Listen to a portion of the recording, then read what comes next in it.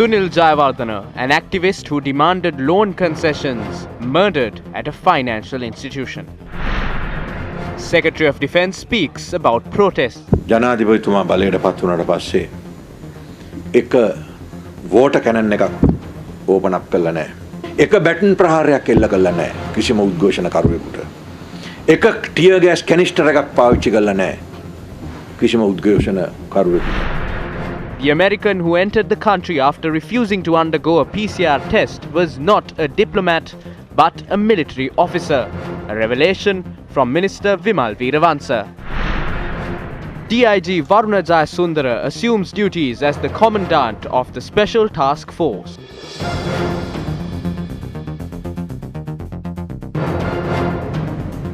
Good evening and welcome to Prime Time News. I'm Sandro Ferdinando. Let's start off with a look at your local news. Secretary of Defence, retired Major General Kamal Gunratna spoke about the protest organized by the Frontline Socialist Party at an event which was held in Colombo today. The first protest that was held following President Gotabaya Rajapaksa's appointment was the one organized by university students. Usually, protesters aren't allowed to march beyond the Lotus roundabout near Golface Green.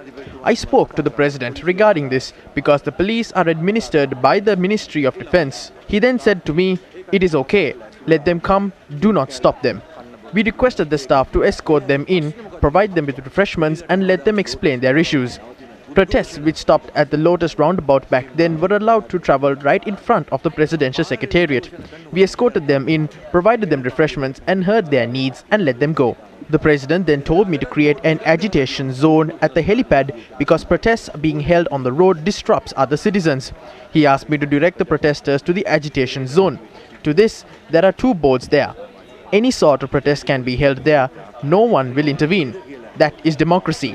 I usually do not comment to media, but yesterday journalists from two newspapers questioned me as to whether the conduct of the police was appropriate during the protest organized by a certain political party the other day. What I said was, since the president was elected, not a single water cannon has been fired, not a single tear gas has been fired, and no one was beaten up with batons. Not a single canister of tear gas was used. No one was hurt and admitted to the hospital. That is what democracy is. Against such a backdrop, certain factions claim that our rulers are militarizing the nation, the rulers who have uplifted democracy. This is merely a part of the agenda followed by opposing factions.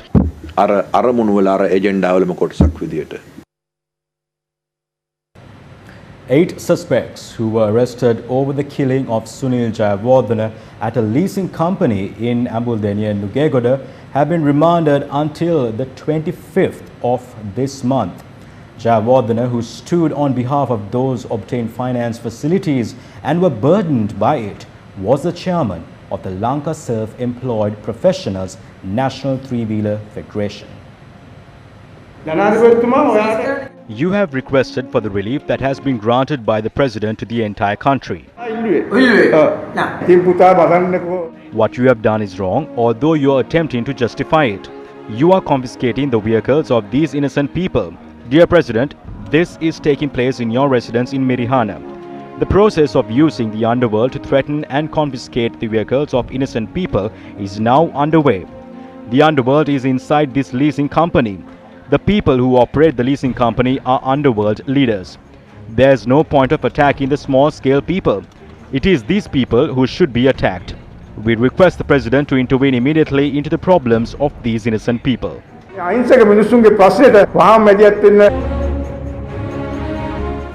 Sunil Jayawardena, who raised his voice in this manner a few days ago, had been assaulted at the Ambuldenia junction in Nugegoda yesterday.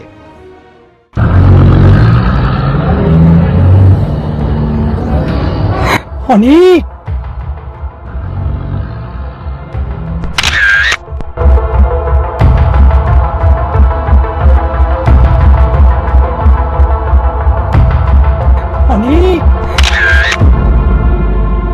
The assault had taken place over an incident in which the finance company had confiscated a three-wheeler belonging to a member of his federation who had failed to settle a leasing payment.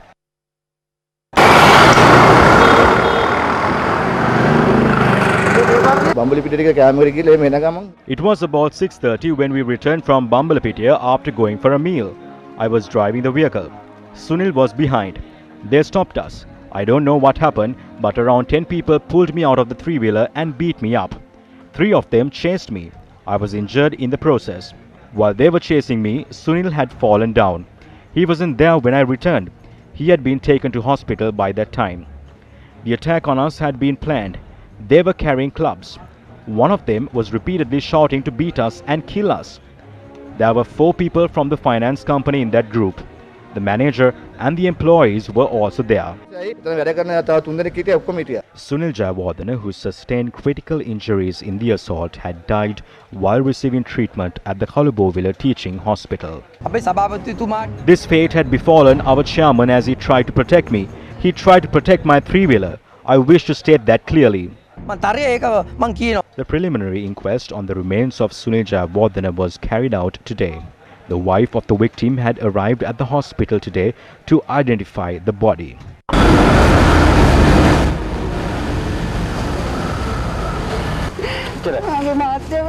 It was me and my children who have been deeply struck by this loss. Justice must be served. The President and the Prime Minister must intervene in this. Incidents like this must not happen to anyone else in the future.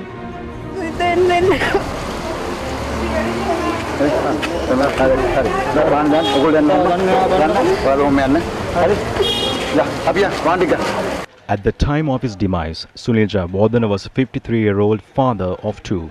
Meanwhile, 8 suspects who were arrested over the incident were produced before the Nugegoda Magistrates Court today.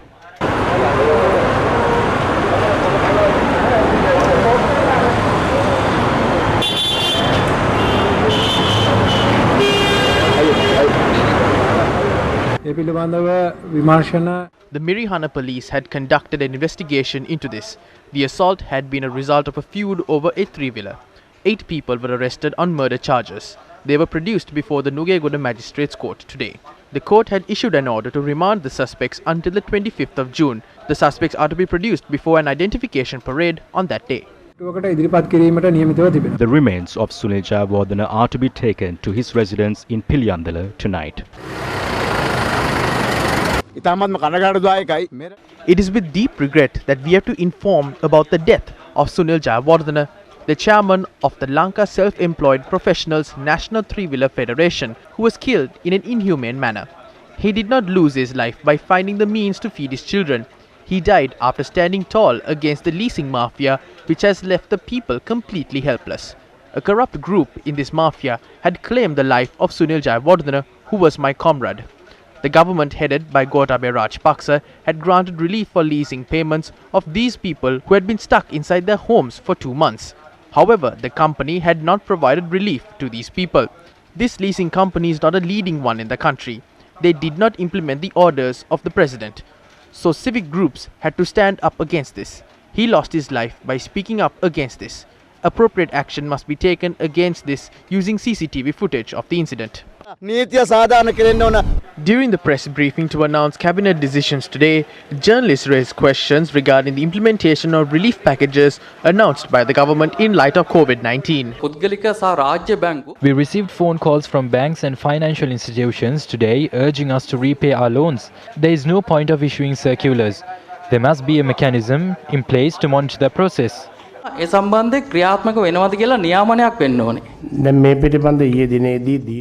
expressed their views in this regard during the cabinet meeting yesterday. All banks and financial institutions are bound to follow the instructions of the central bank. We accept your statement. We express the same views. We have received many reports that banks are reluctant to comply. The president will look into this and take action by next week. All monetary related matters come under the purview of the monetary board of the central bank. The government does not have any right, similar to the National Election Commission. A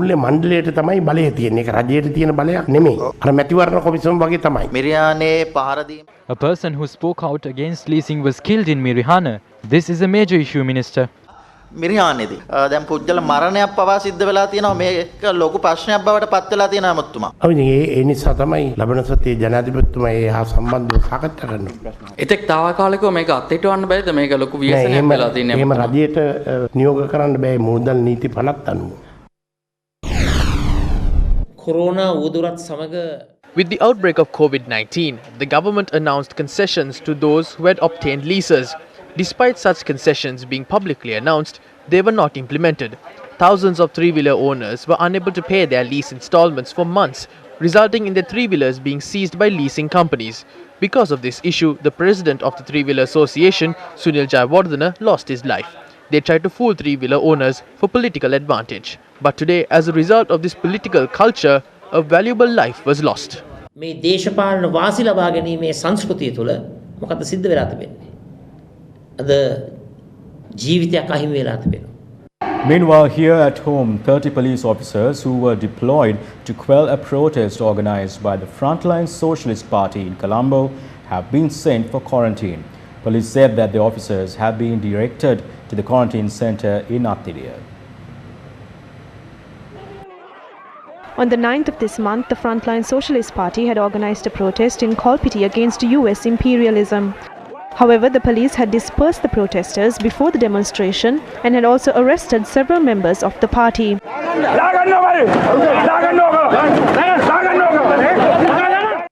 A group including the leader of the Frontline Socialist Party, Kumar Gunaratnam, had been arrested when they had attempted to stage a protest afterwards at the Lipton roundabout. Neither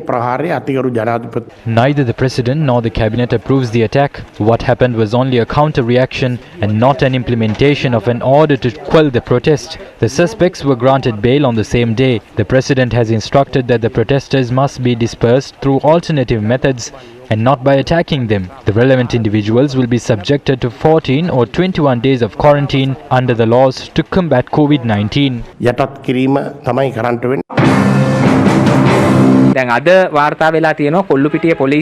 Today it has been reported that all police officers attached to the Kolpiti police station who were present at the protest have been sent to undergo quarantine for 3 weeks. The government is not implementing this law to curb COVID-19 but to silence individuals who oppose the government.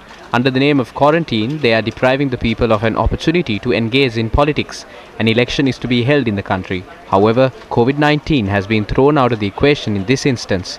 But when the people rise against injustice in the electoral process, they bring COVID-19 back into the equation.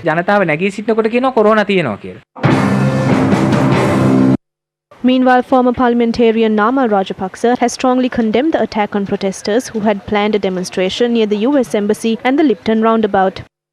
Taking to his Twitter handle, he said that the recent behavior of some police officers shouldn't tarnish the track record and the great job carried out by the police department. A person watching the visuals of the protest can understand whether it was the protesters who violated the quarantine laws. We saw how the people who were maintaining a 1 meter distance had been bundled into one place. There were no laws under which you can lay your hand on a woman. Against such a backdrop, they threw a woman into a lorry like throwing away a bag of spoiled fish. The law is being implemented separately on the people who attended the funeral of a minister and the people who staged a peaceful protest. Is this the one country and one law that they were referring to? Look at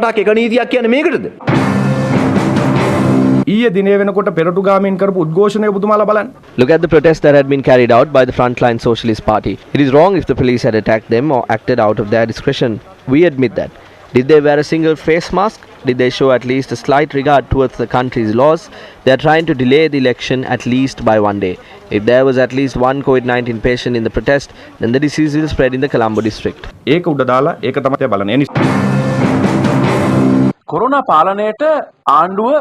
government has introduced regulations to curb the spread of COVID-19.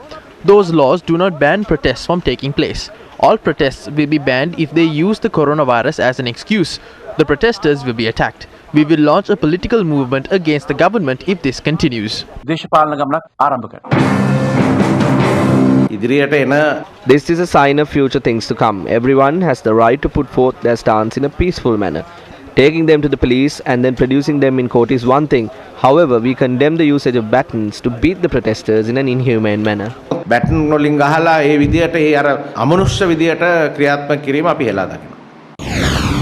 Before the Frontline Socialist Party protested against the repressive policies of the United States of America, there was a debate sparked on the US diplomat who entered the country without undergoing a PCR test. Journalists raised questions concerning this matter at the media briefing organised to inform cabinet decisions. As far as I am aware, he is not a diplomat. He is a US military officer in the Southern Command. This is shameful.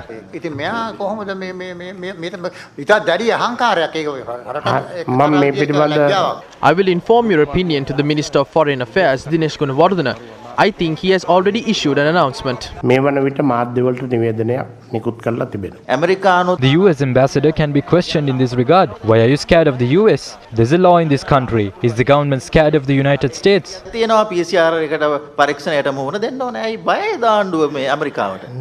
No such matter was discussed at the cabinet meeting. Nothing can be said about that.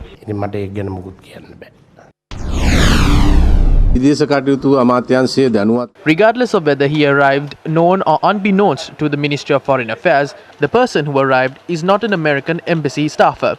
He is a member of the Indo-Pacific Marine Force. Therefore, such a person utilizing diplomatic immunity cannot be taken lightly. What do they bring down in their baggage? No one in Sri Lanka is allowed to inspect them. If those in the military are being brought into the country through diplomatic passports and using the diplomatic immunity granted through the Vienna Convention, it is not a simple matter. It should be considered in severity. Health officials do not have a way of observing whether he is, in fact, engaging in self-quarantine properly. Our authorities were able to monitor the situation of Chinese nationals who were undergoing self-quarantine, but this time they cannot. This matter is more severe. He is not a staffer of the American embassy, but an officer of the Indo-Pacific Marine Force. Such a person entering a country with a diplomatic passport while using the privileges granted through the Vienna Convention as a bulwark to forego PCR testing is a serious matter. I view this as an act of disrespect on the part of America and the American embassy towards the sovereignty of Sri Lanka and also the health measures that have been put in place by us to curtail the spread of COVID-19. ඉමහත් උත්සාහයට කරපු නිගරුවක් හැටියටයි මම දකින්නේ. The politicians have many topics to discuss on the political arena, from protesters being assaulted to diplomats entering the country without being tested for COVID-19. However, the hardships of the people remain unanswered. One such hardship faced by villagers residing in 3 villages in Mahayangana is the lack of a bridge.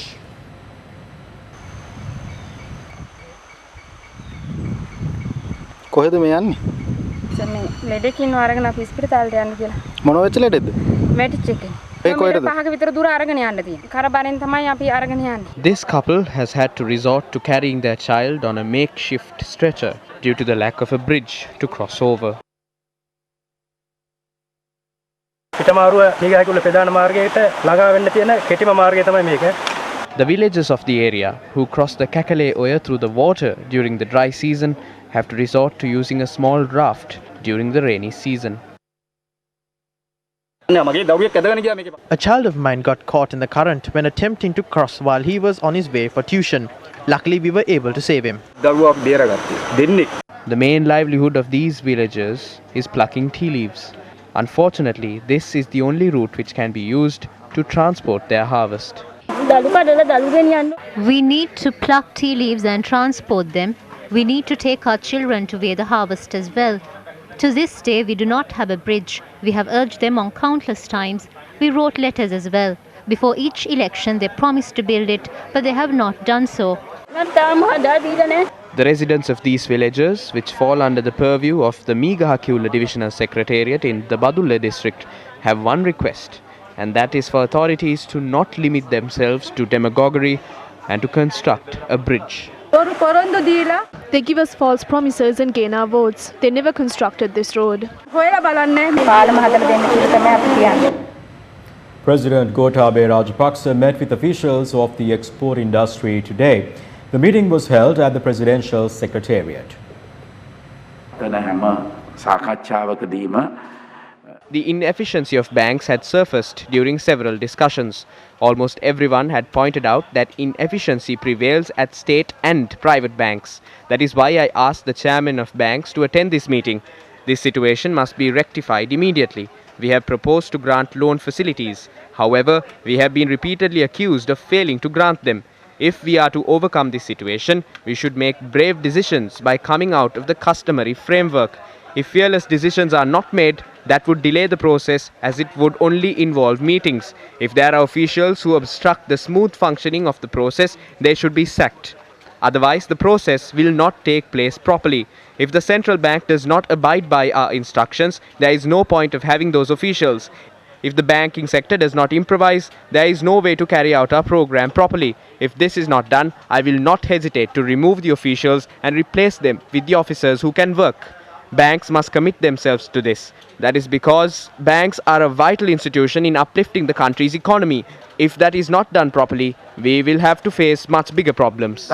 අවස්ථාව තියෙන්නේ. ඒක කරන්නේ නැත්නම් විශාල ප්‍රශ්නයක් වෙනවා. The Foreign Ministry has said that export earnings have increased to $606 million in May from $277 million in April, mainly due to an increase in the exports of personal protective equipment. PM Amza, the additional secretary to the Foreign Ministry, was quoted as saying that Sri Lanka has been able to target new products and markets, particularly for property, plant and equipment and rubber-based products amid the COVID-19 pandemic. Export earnings in May, which stood at $606 million, were however lower than $961 million achieved in May last year. The ministry said that it has identified 15 potential sectors to capture new markets and strengthen the demand in the existing markets, together with the Export Development Board. The ministry added, interventions by the ministry saw 344 metric tons and 220 metric tons of Ceylon tea exported to Turkey and Egypt and 30 metric tons of frozen food to Oman. It added that 53 potential raw material suppliers have been identified as part of efforts to strengthen the export industry in the country. Dairy farmers of the Anuradhapura district staged a protest this afternoon against the decision of the government to import dairy heifers. The farmers staged the protest this afternoon at the DSN Lanka roundabout. Representatives of the National Centre for Dairy Conservation and members of the All Ceylon Farmers Federation participated in the protest. Officers from the Anuradhapura police station were seen deployed at the location, and the protesters staged the protest on the side of the road. The government is now preparing to once again import 2,500 dairy heifers from Vellard Rural Exports in Australia. On the 8th of May in 2018, 1.3 billion rupees had been paid as an advance when the project was a failure. There is no response from the ministry as of yet on what happened to that advance amount that was paid. This is the report filed on the said project by the then Auditor General Gamini Vijay Singha. This report points out that the project launched in 2007, which continued up to 2020, is a failure, and to stop the project, when the audit report mentions it, to serve whose purpose is the government once again importing 2,500 dairy heifers? There is no need to import dairy heifers in order to uplift the dairy industry in the country. We stand against that fraud. We don't have to import cattle from foreign countries. The Department of Animal Production and Health has begun a project to breed calves for the country. The protesters later dispersed. While certain groups attempt to take advantage of milk heifers, hundreds more helpless Sri Lankans suffer due to the ongoing human-elephant conflict in the country. This is a herd of wild elephants residing in the Kalabeva Forest Reserve who encroaches nearby villages at night. Farmers in Kakirava, Olombava and Nikiniava are suffering after their crops and cultivations were destroyed by wild elephants. The electric fence, which was set up to solve this crisis, is now in a dilapidated state. The villagers claim the wild elephants encroach their villages as there is no distance between the electric fence and the forest reserve.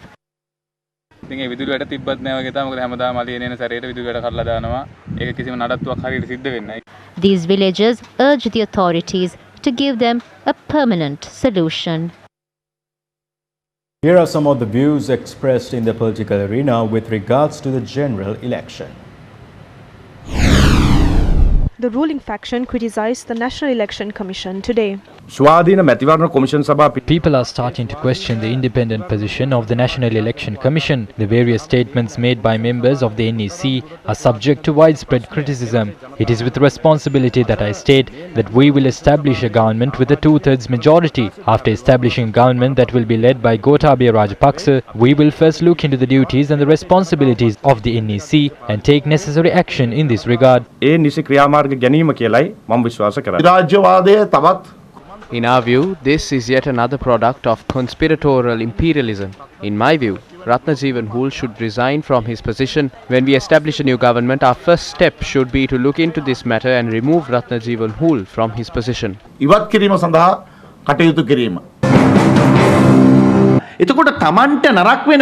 Is it ethical or morally acceptable to pelt stones at the National Election Commission just because they were not satisfied with the outcome? They are trying to influence the hard-earned democratic system in our country, so they could practice their own political culture.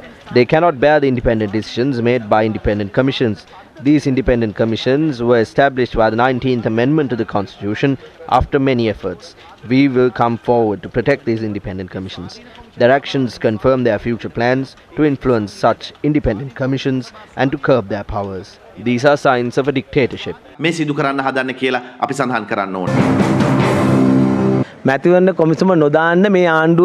it wasn't for the National Election Commission, the government would have held the election in April when the COVID-19 outbreak was at its peak in Sri Lanka. Thanks to the Election Commission, the poll was postponed. Instead of attacking the Election Commission, I think the government should carry out their duties. Ratnajeevan Hool had made a statement recently requesting the public to refrain from casting their vote for wrongdoers, criminals and those who engage in corruption. I think the government has worn the hat that fits them. If not for them, no one else panicked because of this statement.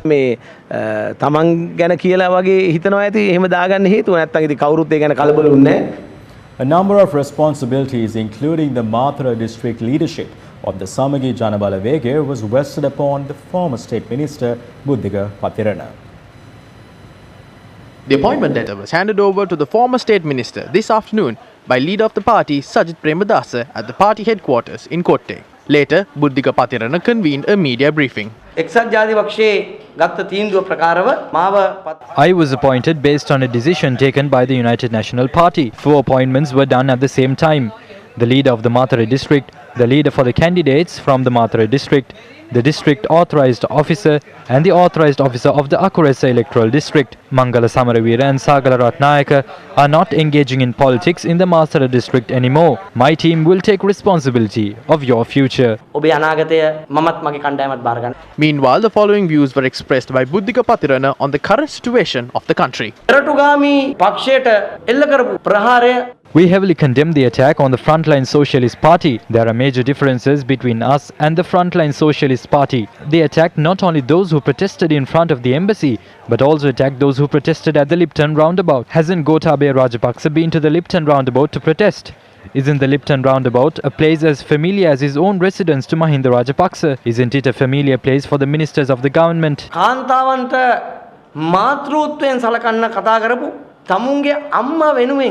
It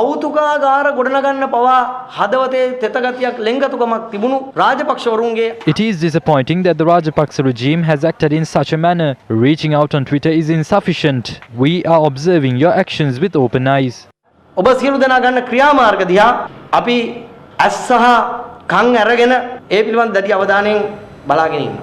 Still in news here at home, the number of people infected with COVID-19 has increased to 1,876.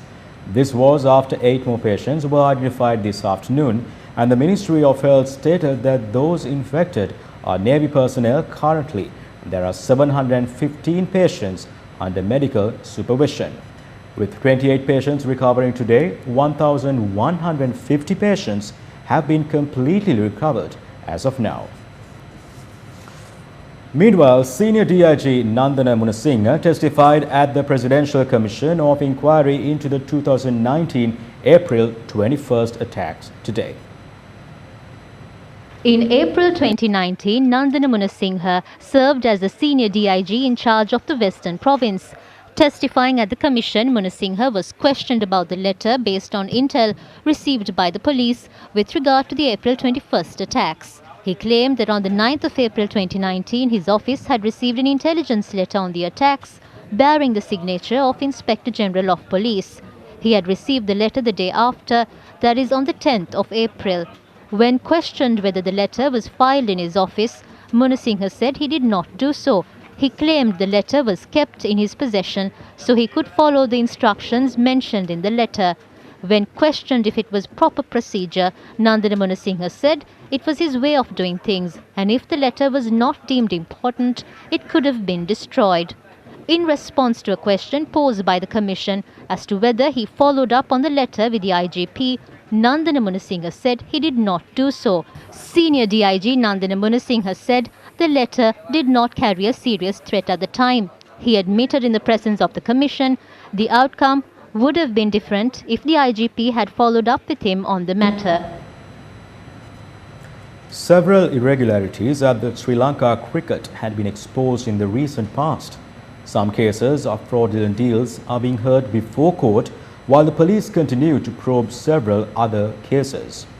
Details regarding these irregularities had been exposed during parliamentary COPE committee sessions, and against such a backdrop, reports are emerging of an attempt that is being undertaken by Sri Lanka cricket officials to destroy old records. This is another revelation in this regard.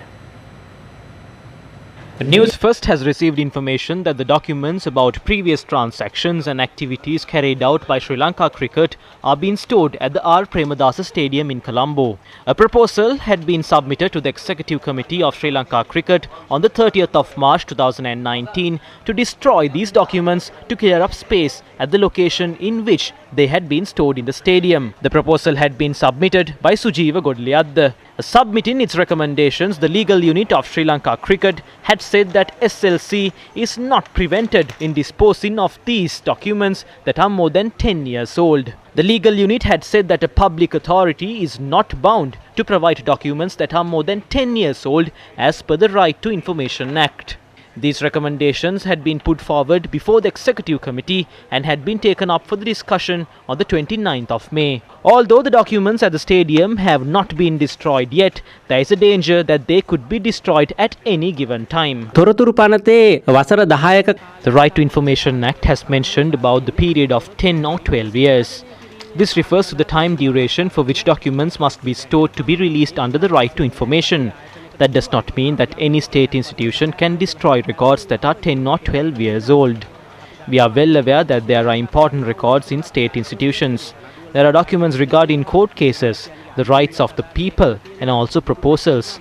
If someone destroys these documents using these laws, we can assume the crisis that would be caused in the country. Therefore, no institution can destroy records that can be used in investigations out of fear of being exposed as wrongdoers. We do not see this as an act that is being carried out in keeping with the law. The Right to Information Act has been passed to protect information and not to destroy information. On behalf of the cricket-loving fraternity in the country, we wish to ask cricket officials whether attempts are being made to destroy these documents to conceal the investigations that are being carried out into corrupt transactions. Although information can be hidden from the public, what is the legal protection that has been granted to conceal information from the court and officials who are conducting investigations? Newsfirst has learnt that the documents have not been destroyed yet.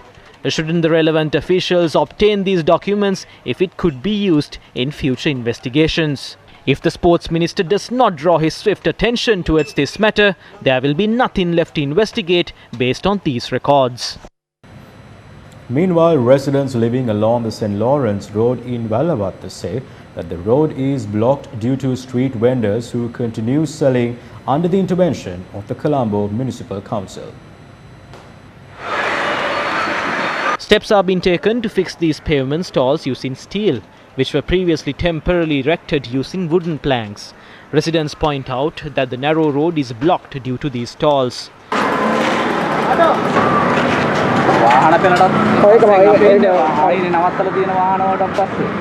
They appeal to the Colombo Municipal Council to provide an alternative location for these traders and ensure that the road is not blocked.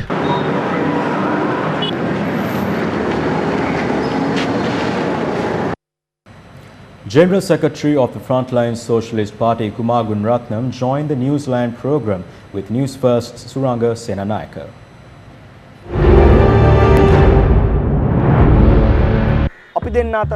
You and I are maintaining a 1 meter distance because there is a global pandemic, COVID-19.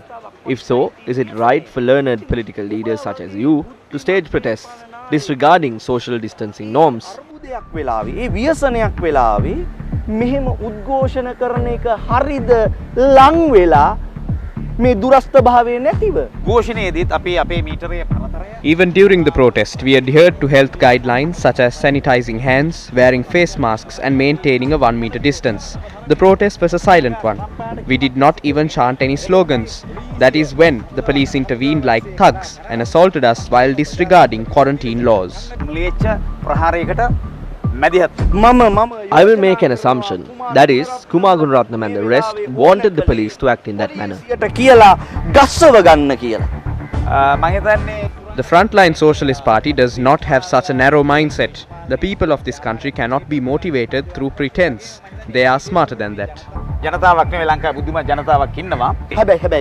However, you were banned from protesting at Kolpiti because a court order had been issued. Our office is in Battaramulla. The NEC is aware of the location of our premises. However, we did not receive any such order. Secondly, the court order was not violated. What was banned was a protest being held within the vicinity of the American embassy premises. But such a protest did not take place. Duminda Nagamu and the rest were assaulted and dragged into jeeps and taken to the police when they were at the Liberty roundabout while maintaining social distancing. I do not know if this is true, but there is a rumor saying that you were the leader of the armed group of the JVP in Trincomalee. You even launched an attack on the Indian peacekeeping forces. There are allegations leveled against you claiming that you are violent and that you have a history of violence behind you.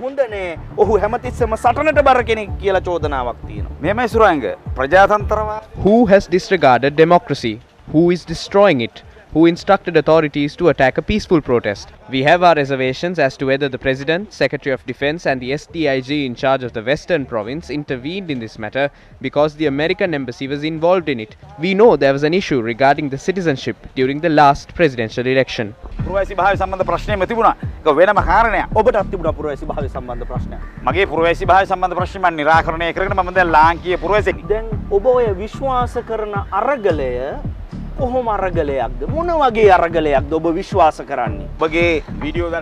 If one views the footage you aired, one can conclude who acted peacefully and who acted violently.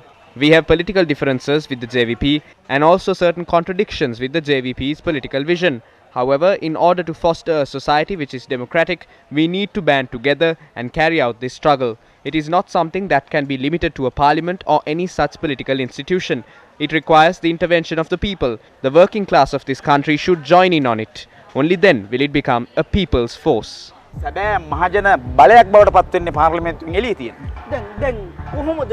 How can you opine that the country's democracy has been destroyed?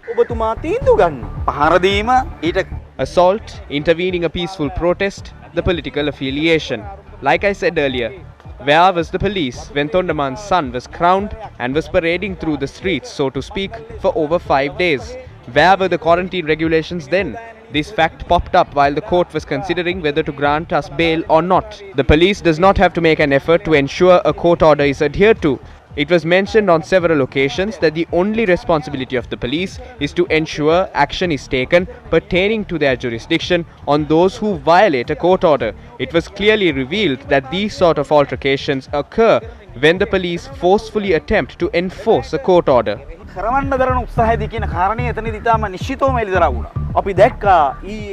A protest which was organized opposite the Chinese embassy was called off yesterday.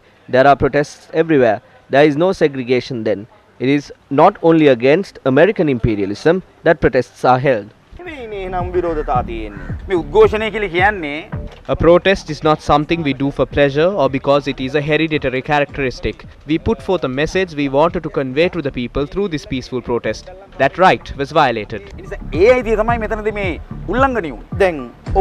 You were attacked. You are also a citizen of this country. What sort of legal action have you taken against this? නිශ්චිතවම අපි මේක We consider this a violation of human rights. We will initiate a national movement to ensure human rights, going beyond a human rights lawsuit. This happened to us now. Tomorrow, this could happen to your media institution. The next day, a journalist on the road could experience it. We saw how quarantine regulations are being breached at police stations. We witnessed it firsthand. There are also plans afoot to direct journalists to quarantine as well. What is essentially happening underneath this is the President, the Defence Secretary and their gangs attempting to exercise their political supremacy, utilizing quarantine laws as an emergency situation while neglecting the constitution of the country. This is their plan to carry out a dictatorial rule before and after the election. අහන්නෝ පොත්වාගෙන යෑමේ සැලැස්මක්. ඒ නිසයි මම නැවතත් අහන්නේ. මේක ප්‍රජාතන්ත්‍රවාදී අරගලයක් නේද? මේ පාලකයෝ If these rulers are attempting to push us aside and to turn us violent by tempting us, we only have one thing to say, that is sorry. We will not stoop down to such a level. එතෙන්ට වටෙන්න ලෑස්ති නෑ. DIG Varuna Jayasundara assumed duties as the new commandant of the Special Task Force today.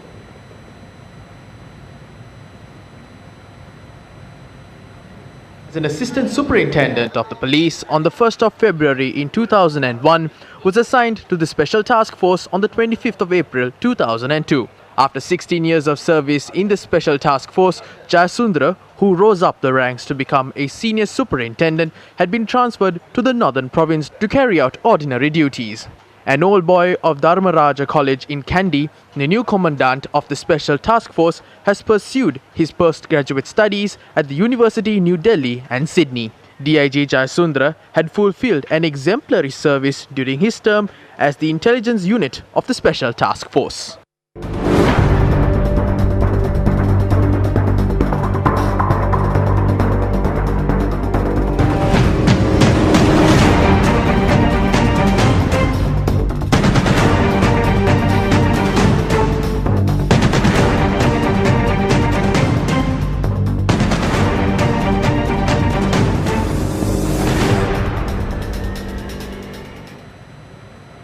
We end tonight's news with a performance by students of the Ananda Balika Vidyalaya, Colombo 10, singing the Nagitumu Sri Lanka song. Take care and good night.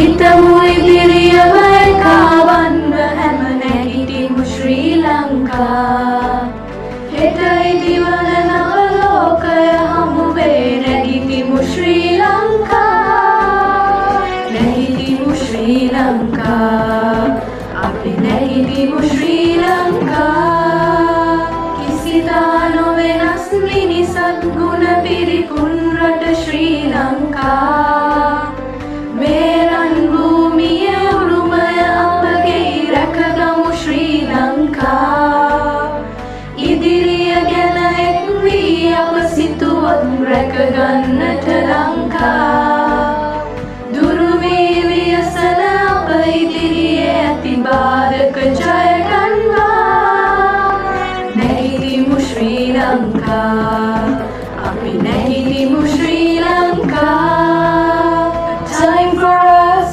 to hope and pray and heal our motherland. We must unite and march ahead, rise Sri Lanka flag. Nagitimu Sri Lanka, api nagitimu Sri Lanka. Gammadda, Nagitimu Sri Lanka.